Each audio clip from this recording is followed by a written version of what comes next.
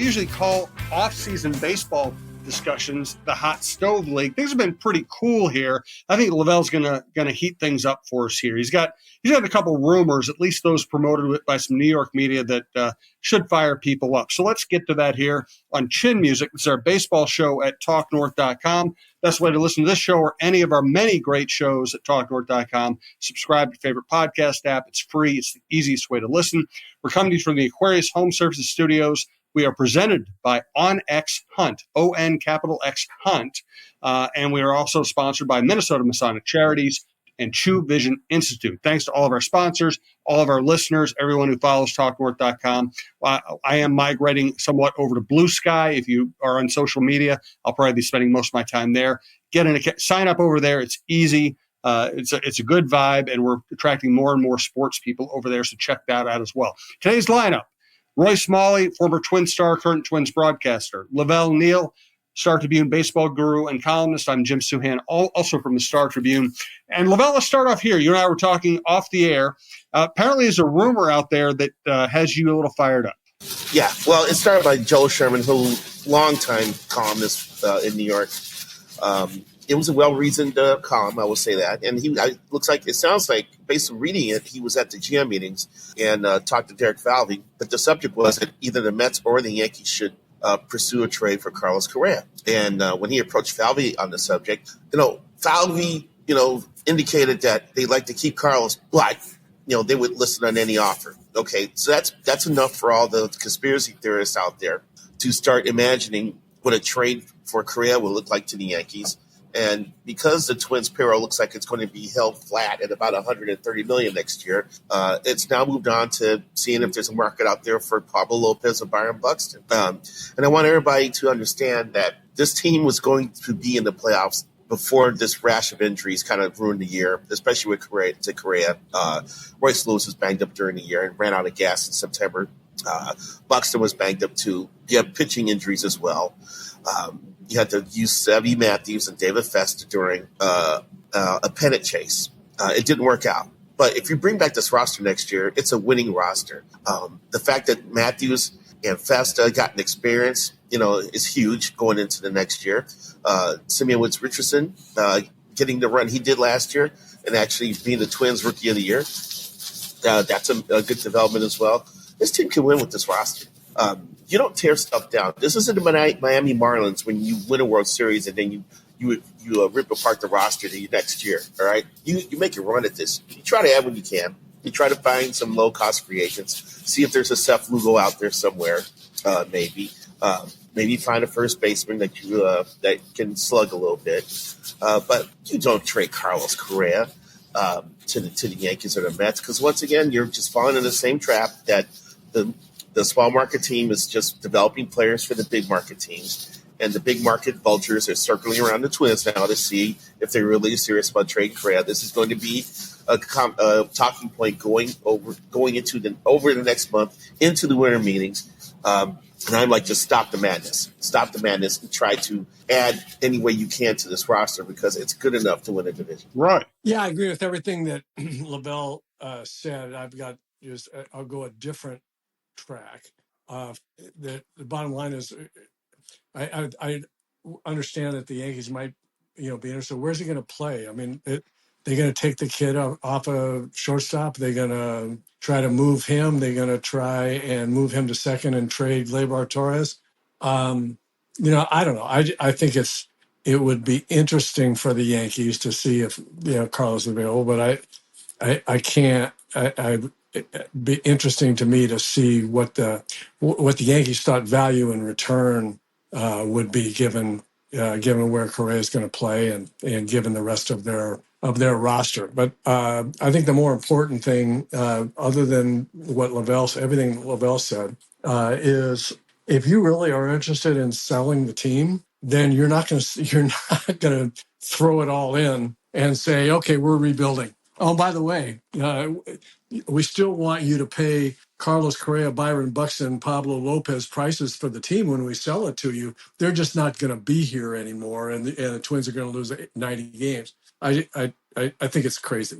I agree. It also reminds me, Joel Sherman writes for the New York Post. I had a friend of mine who was a baseball columnist, kind of a wacky baseball columnist for the New York Post, Tom Keegan. LaVelle, I'm sure you remember Tom Keegan. And Tom Keegan's assignment when he covered spring training for the New York Post was to go up to the best, most famous player on each non-Yankee team and ask them if they wanted to play for the Yankees.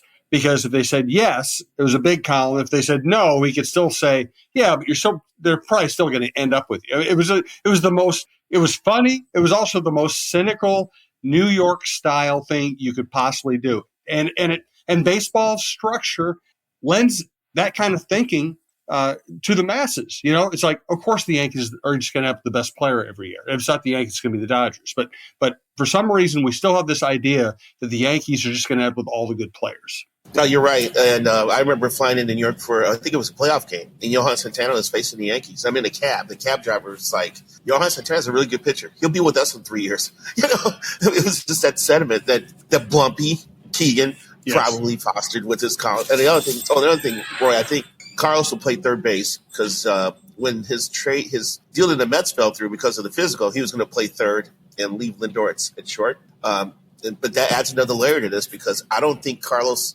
produces like a third baseman. I think as a shortstop, his production's fine. But if you're playing third, I would like to see you get close to 30 homers and get over 100 RBI. And I don't think Carlos is that type of hitter. He could be if he ever stays healthy for the Twins. But I think he's a better fit offensively when he's a shortstop. No question that Correa's value is the combination of offense and defense at that position. There's no question. And I understand that third base might be interesting to the Yankees potentially. It's not going to happen with the Mets. They're not going to move Lindor up a short, and they've got this kid who played out of his mind playing third for him now. So I think from all angles, I think it's a bunch of hooey. Oh, let's watch our language there, Roy. This is, children might be listening to this. I thought hooey was a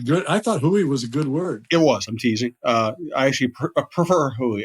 We're going to have to find creative ways to use the word hooey from now on this show. Well, there were a lot of words flashing through my mind at that point in time, and I just thought hooey might be kind of fun. So you're a gentleman. Yes, we appreciate that.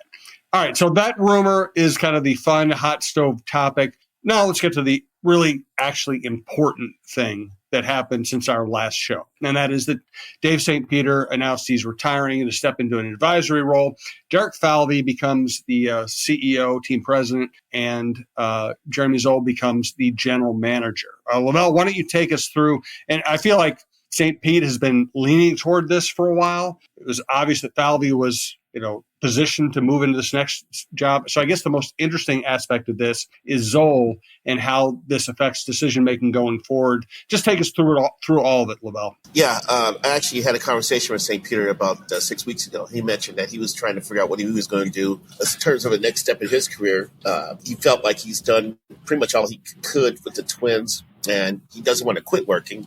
He thinks he still has skill and expertise that could lend itself to another endeavor.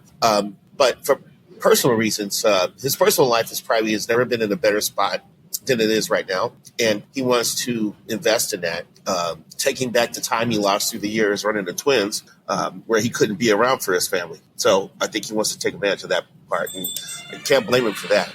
It's been a hell of a run. The guy started as an intern. He was running the Twins Pro Shop in Richfield. He's younger than me and has been like the team president for 15 years, making me wonder about my life choices. But it's been a heck of a run. But, yeah, you're right about Jeremy Zoll.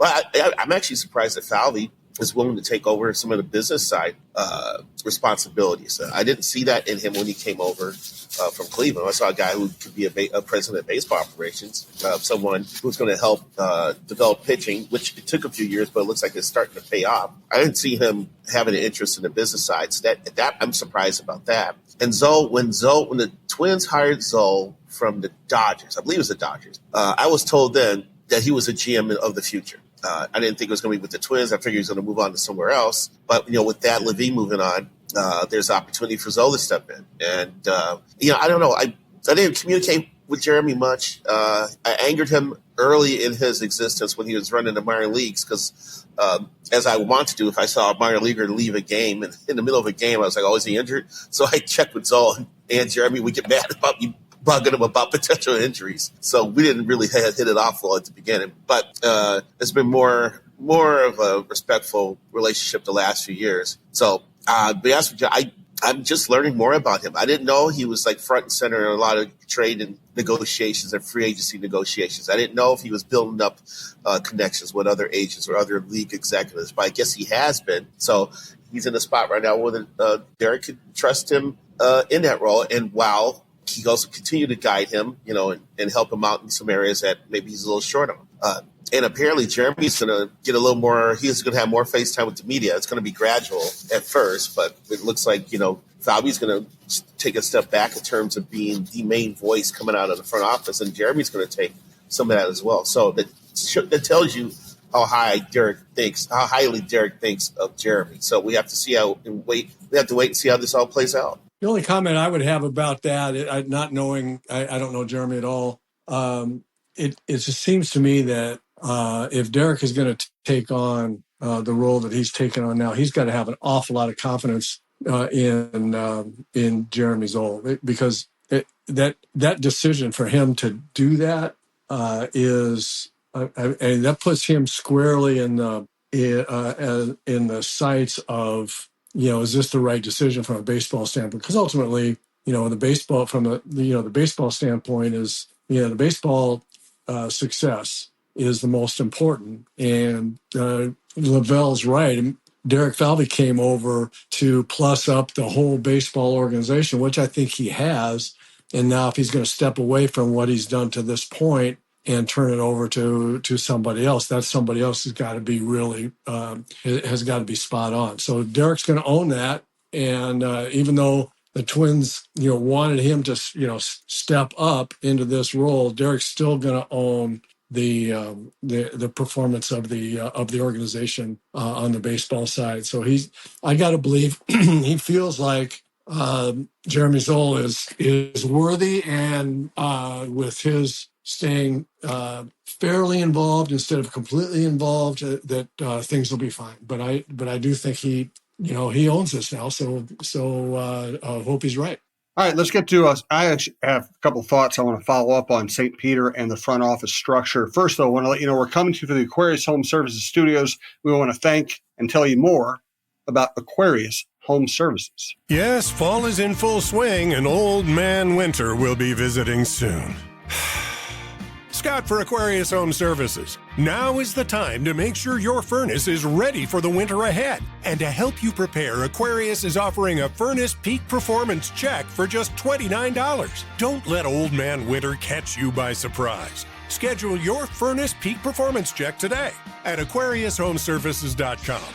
Aquarius, earning the right to be recommended. Also want to thank one of our newer sponsors across the network, OnX Hunt. ON Hunt. Deer hunting season's here, and it's time to own your odds with OnX Hunt, the GPS hunting app trusted by millions of hunters.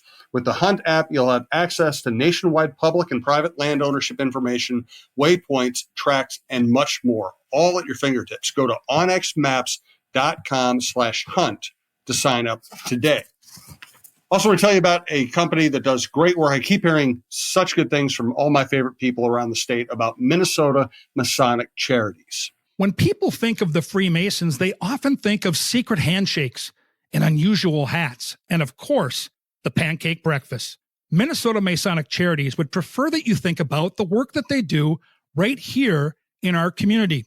Places like the Masonic Cancer Center at the University of Minnesota, or the Masonic Children's Hospital and the Masonic Home in Bloomington. They are just a few examples of the important work that the Freemasons support here in Minnesota.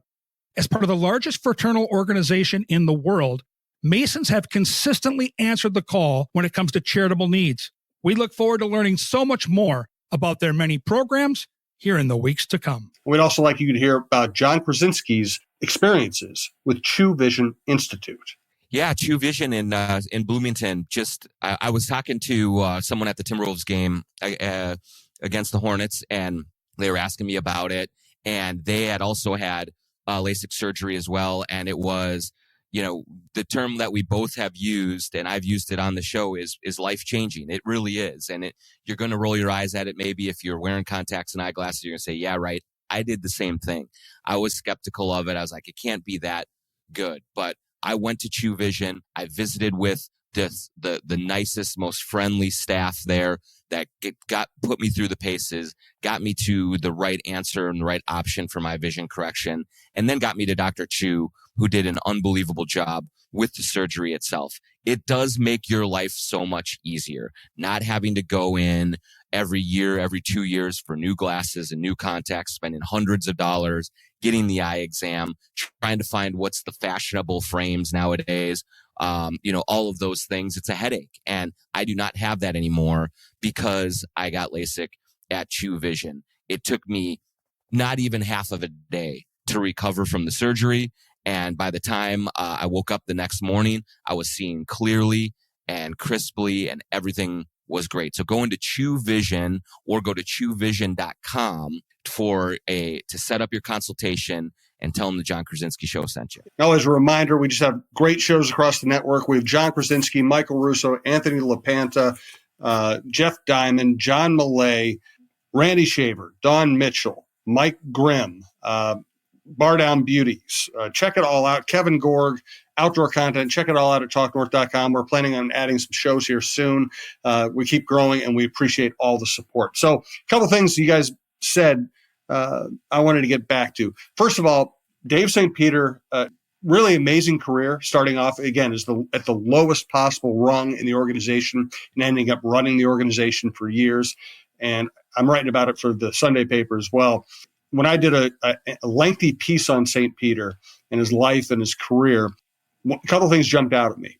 Number one, he volunteered that he thought his work ethic and his career cost him his marriage. And I thought that was an amazing, public admission for a public figure. I mean, he didn't have to say that. I wasn't going to ask about it. He volunteered it. Kind of shows you just how comfortable he was in the public eye. Number two, I really think Thad Levine bailing out when he did was an indication he realized that some kind of change was coming and he wasn't going to be the general manager. And he kind of went off to find his own path. And the other thing is Falvey really kind of grew great leaps and bounds in terms of being a public figure when he first got here. He did not seem very comfortable doing interviews. In fact, Thad Levine kind of handled most of the interviews at first. And correct. And Derek actually became really good at it. Open, honest, accessible. Listen, fans are angry at the Twins or only care about wins and losses. Probably might not even care about that. But LaVelle, you and I are around the team, and how people interact with the public matters to us. I thought Falvey became really good at it. The thing about Derek, too, is that he showed up right when the Twins needed to be more modern with analytics and kind of build out their baseball department. It was still, mom and pop is kind of a cliche term, but it was really, Terry Ryan and a small group of confidants that just did various roles together. And now things are more streamlined, more specific. There's people there. Now, I used to be able to go to the ballpark and know everyone with the organization when you see them walking around the place. Now there's all these kids there. I'm like, who the hell is this guy? What department does he work in? They have spent millions of dollars building out the baseball operations department. Now, and Falvey spearheaded that. And it came at a time where the Twins needed to catch up. They weren't into analytics that big. Falvey helped spearhead that. I don't like some of the moves they made with scouts, but a lot of teams are doing the same thing. But it needed to happen, and Falvey showed up at a good time. Yeah, I feel like it's weird. It's weird to praise Falvey when LaVelle, you and I have been covering the team for so long because, frankly, they've gotten rid of a lot of our favorite people over the years. It's just a fact. A lot of the people I identified with in that organization I talked to all the time, they got rid of. So it's not like I'm sitting here praising Falvey in any way because he's catered to any of the mentalities I would have had about the organization, but he has modernized it. And I don't know, Roy, you might have a different perspective. You have more of the players' perspective. You talk to players. What's your view on Falvey's tenure? Sorry, excuse me, just a second. Sorry. I think that he has been terrific for the Twins organization. We started talking about this some time ago about the analytics needing to be plussed up, but I think for me, the most important thing that he did was come in and have the courage to say we need to have the knowledge. I mean, we need to build up the farm system in terms of prospects that can either get to the big leagues with us or that we can trade because somebody else thinks they're going to get to the big leagues. And we don't have anybody. I mean, their organization was in a shambles in terms of just a quality of players up and down the organization. And they traded the players that had value. I mean, Brian Dozier went and and a whole host of others. And it was, and then you turn around 2 years and 3 years later, and you look at the farm system, you look at the prospects that they have, and through the draft and through the trades that they made to get bodies, they got big league players or players that are going to play in the big league somewhere else that they could get something for. So I think that was, for all the analytics and all this other stuff. I mean, I just think. I think what Derek oversaw with that transformation was, it was really first rate. Jim, you mentioned the Twins letting go a lot of people that we were used to covering through the years. It reminds me of a funny story because earlier this year, Twins Hall of Fame was coming up and Rick Stelmazik was being inducted. And so there was like a little ceremony out in the plaza for him. And a lot of people who knew Stelly through the years had shown up, And so I'm standing there, and one person walked up to me and said, "Wow, the Twins have fired a lot of people." Yeah, it's so true. Yes, it's so true. And they fired a lot of good people, They did. People who invested their lives in that franchise and worked their butts off. So, like I said, it's, I always have mixed feelings about those. Well, I don't have mixed feelings about those. I hate to see those kind of moves happen. But I also have to admit that organization did have to modernize. And when they modernized, they brought in a lot of, young people with different mentalities and skills. Yeah, that's true. That's true. It was time for them to move forward. And unfortunately, it was at the expense of a lot of people we had come to respect and like dealing with on a daily basis. So I got a couple, I got topics we want to get to next week in our next couple of shows. We're going to talk about the 25th anniversary of LaVelle Neal becoming a national celebrity. Thanks to Pedro Martinez and his vote. We're going to talk about that. We'll talk more about the ownership, what's optimal, who should get the team, who would be best to get the team. We'll talk about possible offseason moves, what's happening with Juan Soto, the perception that the Twins are a losing organization, even though they won a playoff series just a year ago. I want to get at all that. For today, we're going to go back to one of our newer segments. We've always kind of done it. We're just labeling it now. Booze and Blues. We're going to talk pop culture, alcohol, and music. And my topic for today, if you guys have a topic, you can feel free to bring one up after this one. My topic for today, as three people who love guitars, and I'm a guitarist myself, what's your favorite guitar tone of all time? Your favorite guitar tone, not necessarily the best player or your favorite player, but the guy who, when he or she played, you went, okay, that's what an electric guitar should sound like. While you guys think about it, I'll give you some of my thoughts. I thought that Prince, when he played his old Hohner Telecaster copy, had the perfect combination of, clarity and overdrive and the ability to cut through the band mix and soar and sustain. And it wasn't even that expensive a guitar. It was just one that was just modded perfectly and set up perfectly. And of course, you had his hands operating. I thought his guitar tone when he was playing that guitar was as good as it gets. This one will be probably an unpopular take. I thought when Springsteen played his old number one Telecaster from about 78 through 2000, middle 2000s, when he was playing his number one Telecaster through Fender Bassman amps, I thought it was a lot like Prince's in that it had just that clarity, that grit, that ability to cut through however big a band was, which is a big thing when you're a guitarist. You can't have your sound disappear when you're playing in a big band. I thought his tone was incredible. Eric Clapton playing his modded Stratocaster through an old Fender vintage amp. I thought that was as good as it gets. And modern day, Gary Clark playing his SG, and the Black Crowes. The Black Crowes just seem to play. They're one of those bands. They figured out exactly the right level of distortion for a rock song. So those are my favorites. Roy, do you have any thoughts? Well, yeah, I mean, I appreciate every one of the folks that you mentioned there. Obviously, I'm a big Prince fan. For me, and it's probably just my age and where I cut my teeth on rock music. It's if I had to pick one tone to listen to the rest of my days, I think it's got to be Carlos Santana. Yep. I just think it's perfect for me at least. Close second, Dwayne Allman. Those two guys are Ooh, my that's a good one. heroes. And I both from obviously from virtuosity and melodic playing, always seeming to know exactly where they were going, and even in in running riffs, they always seem to hit just exactly what the melody was called for. I mean, so for me, I mean, you guys guitars. I mean, I'm just an absolute fan and know nothing about it, but Santana and Dwayne Allman for me.